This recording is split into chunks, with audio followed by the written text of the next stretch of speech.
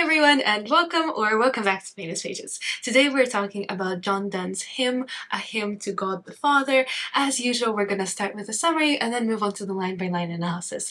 And we're getting to the end of the hymns now because there are just 2 on the A-level curriculum, so please make sure to check out my old video on that hymn and let's dive straight in. This is a prayer that asks God for forgiveness, yet somehow feels this much less personal. So this time it's a hymn to God the Father rather than a hymn to God my Father. We don't have this personal possessive pronoun, unlike a hymn to God in my sickness.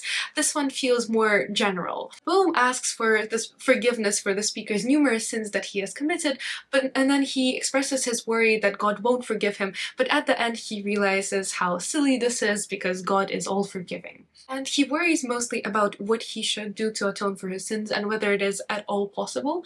And yet at the same time it's a much calmer worry.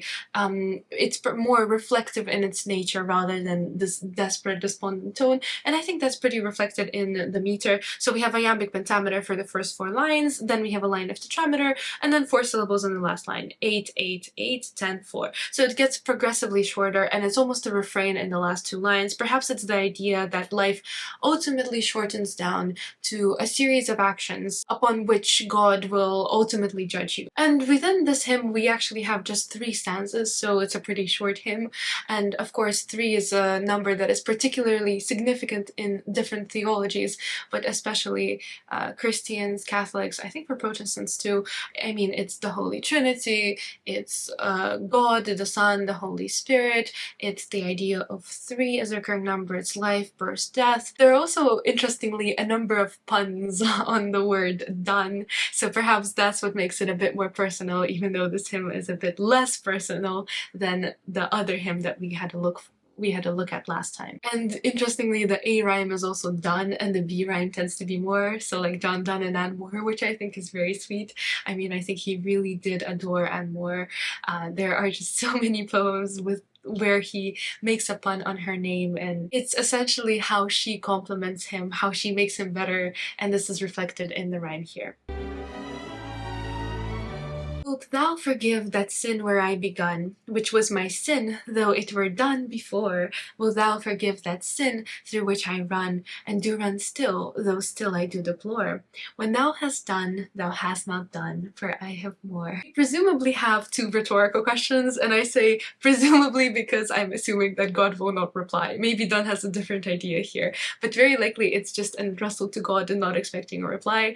It's an apostrophe because God is not actually there with him, although is it fair to say it's an apostrophe if God is always listening? Well, the 2 rhetorical questions is the point. So, will thou forgive that sin where I began? The original sin. It's that idea that we are all born sinners ever since Adam and Eve, ever since Eve took the forbidden knowledge. We are all sinners, we're all tainted by that sin, we are all humans, we were supposed to be pure, yet she gave in to the temptation. So will thou forgive that sin, though it were done before, as in before I was born. So that original sin, that biggest sin that taints humanity. Will thou forgive the sin through which I run and do run still? So will you keep on forgiving the sins that I have done and that I continue to do in this life? More than the sin that was original, the fact that this question comes second is addressing that, well, yes, sure, we have all been tainted by the original sin, but that what matters is what you do next in life. And what he's saying is actually, well, I'm not doing great in life because I'm continuing to sin. I have sinned a lot of times and I continue to sin even now. But the sin through which I run and still run, though I do deplore. So even though I hate these sins, I'm still committing them. When thou hast done, though thou hast not done, for I have more. So in other words, he's saying when you're done with purifying them, or when you think you've forgiven me, you're actually not done because I still have even more sins.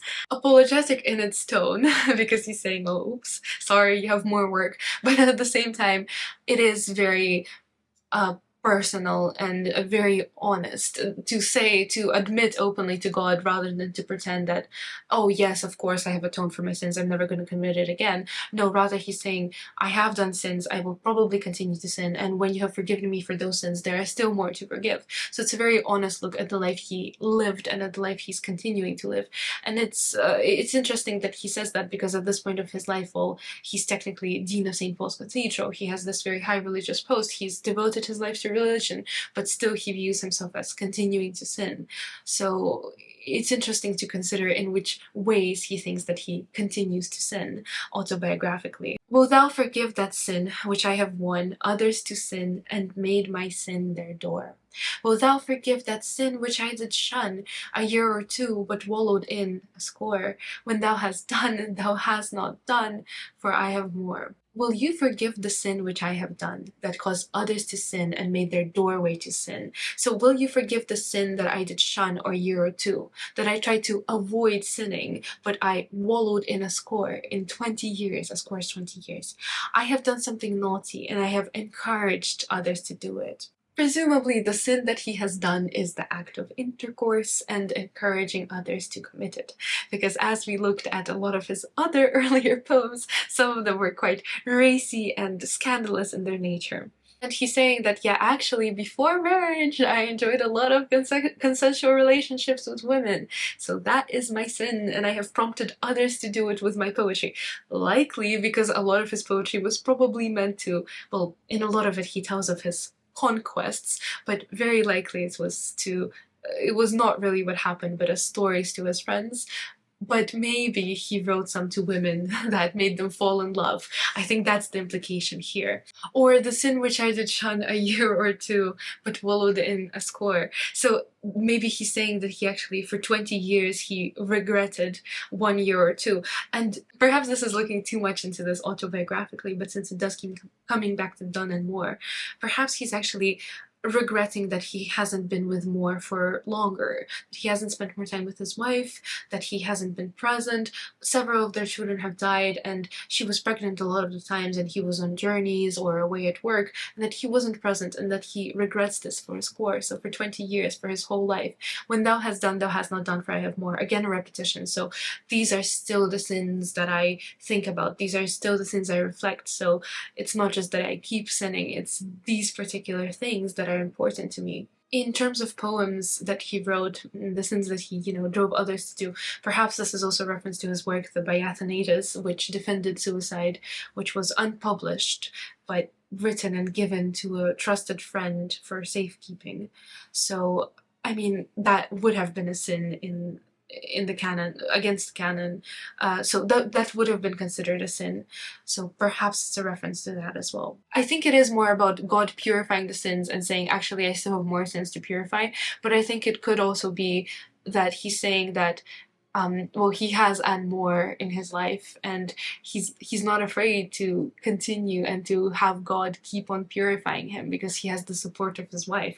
Or maybe on the contrary, he particularly regrets his treatment of his wife and not being with her for longer. I have a sin of fear that when I have spun my last thread I shall perish on the shore, but swear by thyself that at my death thy sun shall shine as he shines now and heretofore, and having done that thou hast done, I have no more. I am scared that when I have lived out my last thread. So this is likely the thread of fate, this reference to the three women who weave the thread of fate. And when the string has passed that final time, and when they decide it's time, and when they cut my string, so in other words, when I die, when I have spun my last thread, I shall perish on the shore. So I shall perish, I shall die, without crossing the river of death. So he knows that this is sinful to question God in your last moment, but he's afraid that he won't cross to the afterlife, that he won't be forgiven, that when it comes to,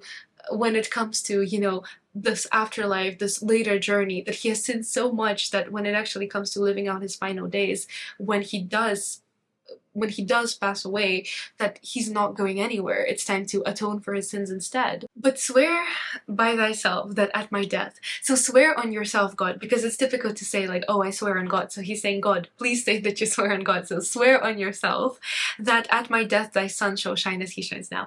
Little pun here, sun like Jesus Christ and sun like the sun in the sky.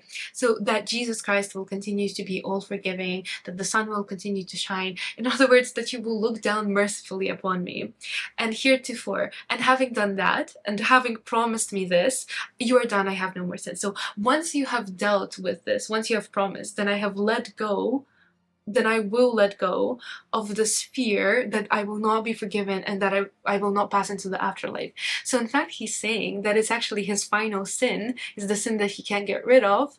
It's the sin that he's afraid that God will not forgive him, and that is a sin to think that, because God will forgive him. So I think the implication here is that once you have persuaded me that you will forgive me, once you have promised that, then I have nothing to fear from Clothos and her sisters who cut the strings of fate. I will simply be able to pass calmly into the afterlife, and I will have no more sins, and I know that I am safe to go. So having done that, thou hast done, I have no more. Alright, well, I hope that you enjoyed watching this video and that you found it helpful. I think this was a simpler hymn than some of the other poems that we've done, but hopefully it was still interesting. Thank you so much for watching, and I'll see you next time.